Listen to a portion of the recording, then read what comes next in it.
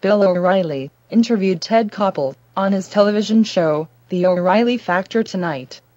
These two media giants give entertaining opinions. Commercial success of both Fox News and MSNBC is a source of nonpartisan sadness for me.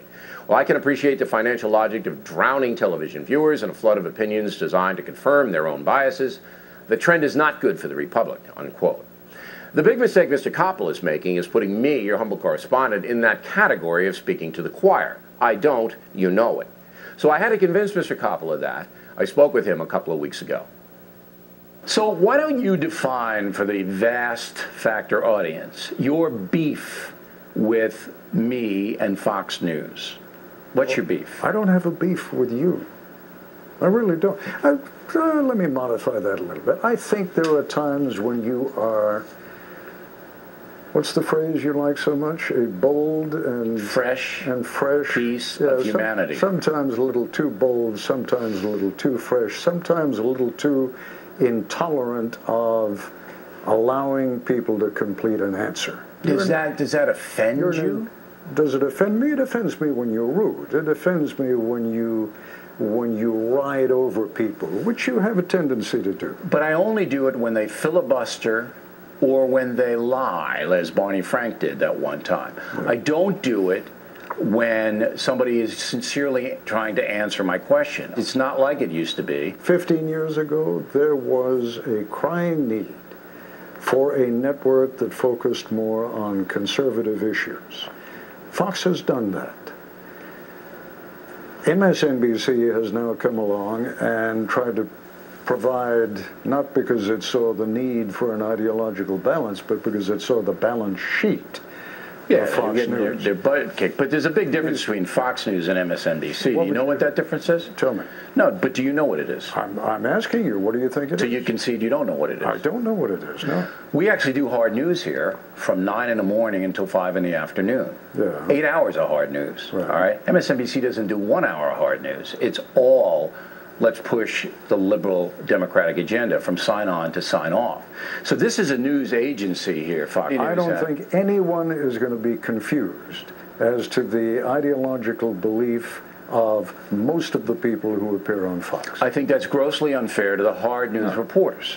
Okay? If you look at our bureau system and the people we have reporting, the network is more traditional, I think that's a fairer term, than the other network news. And they give weight to people, their commentators, and the people that they hire. Now, if you look at all of the journalists, and we can tick them down if you want, all right?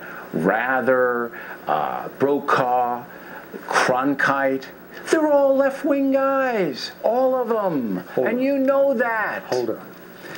I would argue that back in the day, you didn't know what Cronkite was. If you were in Iowa, you didn't know, but if you were working at CBS News, you damn well knew, because I worked there. You may have known what he was off camera, but you didn't know what he was on camera. But decisions were made about personnel, story coverage, and point of view by Cronkite, Brokaw, and Rather, Bill, who were committed left-wingers. And Koppel, you might as well add him. You weren't, into the mix. I think you were just in a daze all the time. I don't think you really interfered that much. I was at ABC and I heard the scuttlebutt about you. You weren't a big interferer.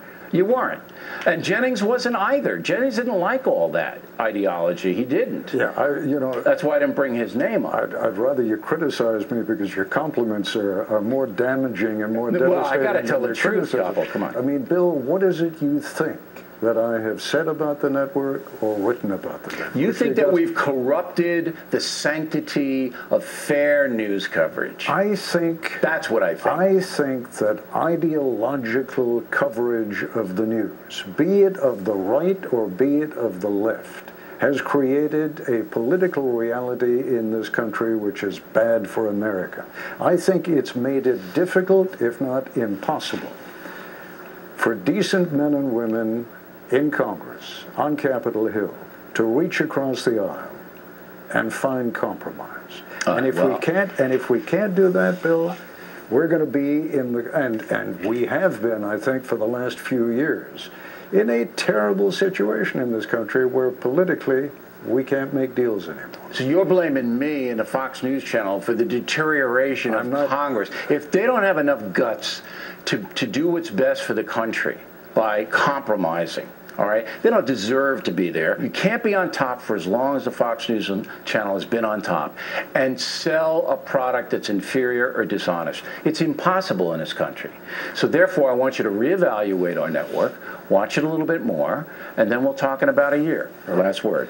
The last word is, how many people are watching the Fox network at 10 o'clock in the morning, or 2 o'clock in the afternoon, or 3 o'clock in the afternoon, roughly?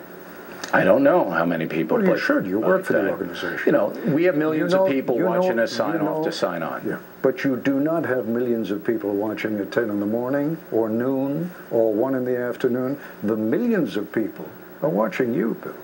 And they're better for it. The millions of people are watching those of you with a particular point of view.